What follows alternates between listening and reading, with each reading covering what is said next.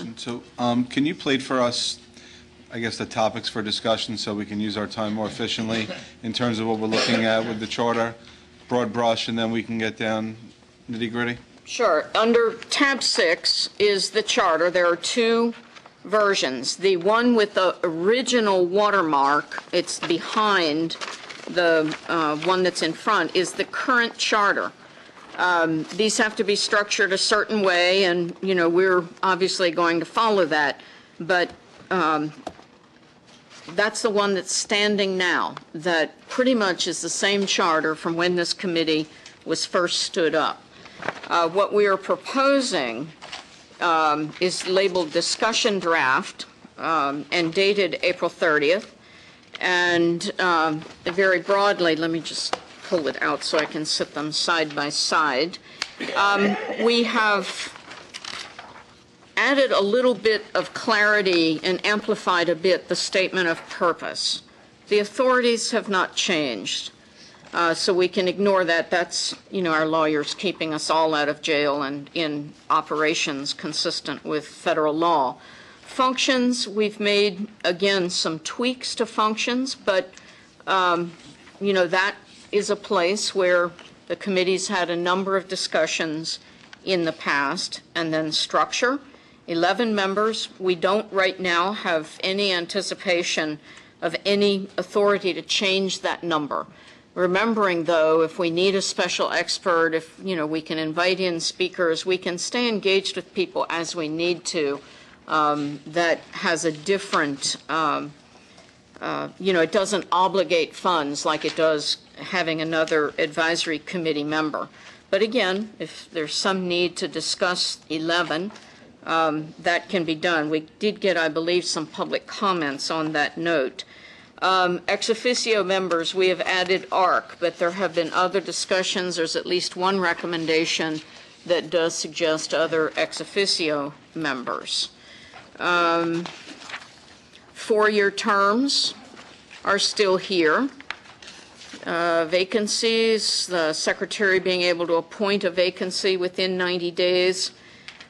You know, that, again, that's the old process. We'd still like to see that be 90 days. It's this vetting process that's taking about 120 to 140 days. But, you know, I think if we let that target slide, I'm not willing to do that. We try to keep that at 90.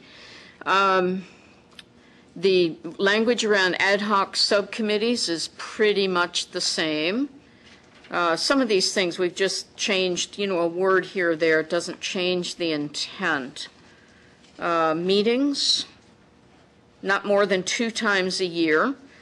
The original Chronic Fatigue Syndrome Coordinating Committee, way back when it alternated between NIH and CDC, met for 1 day per meeting 4 times a year. The committee structure, and it's the charter that drives the structure and drives the budget and so forth, is structured around 2 times a year meetings. Conference calls cost almost nothing to set up for the subcommittees, so, you know, those are not considered a significant effort there. So, you know, 4 one-day meetings, 2 two-day meetings. That shift to 2 two-day meetings was made when this was made the HHS, OPHS-led advisory committee. Open meetings, obviously required. Compensation, again, that's consistent with the Federal Advisory Committee Act. The cost estimate, I said earlier $135,000. Don't ask me where I invented $5,000 more. The number reported here is what's reported on the website, $130,000. And reports, who we report to, again, no changes. At termination date, we can charter committees for 2 years. All charters are up for renewal every 2 years. Chris? So Jason. It seemed to me that pretty much the one significant change would be adding ARC as ex officio.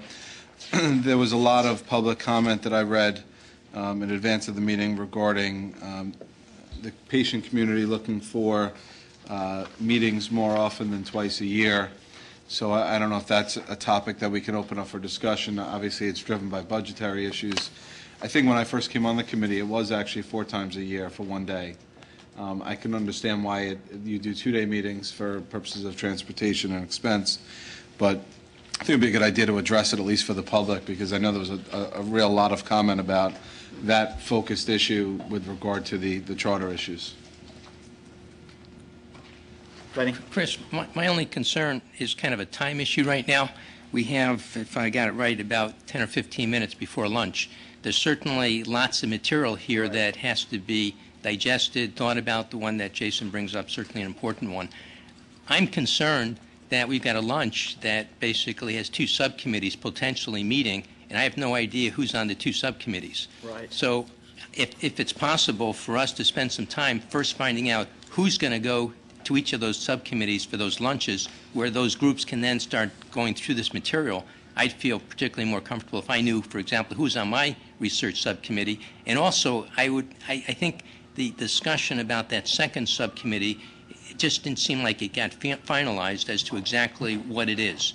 So if that could help me find out who's on it, who's the chair of it, and maybe, because I think we need to have a chair of that other subcommittee, and maybe even a chair-elect, because, my term will be ending over the next year. Possibly the other person, I think we need to have a chair-elect, but that's maybe structural. That just needs to, I'd be more interested in some of the structural issues right now in our very short time we have before lunch to deal with. Yeah, we're running out of time again, aren't we, Lenny? So procedural. For today, are people accepting of the 2-committee substructure? Yeah, and see how it works. And if it doesn't seem as if it's going to work, then we'll need to revisit that. Can we straw poll? Just see who's the new members, where they're interested in going, and get a sense. So current members of the research committee are Lenny Jason, Ron Glazer, and Art. Yeah. So who of the new members thinks that they would like to be on the research committee? So that's 1, 2, 3 new members. Okay. So. Just to mention that the 3 older members, not in age, but whatever, are actually circulating off after the fall meeting. Right. So that's why it's really critical. I mean, if things stay by the current terms we have, that we have a chair-elect for that committee who starts, assuming some responsibilities as soon as possible. First order of business before you take a mouthful, Lenny.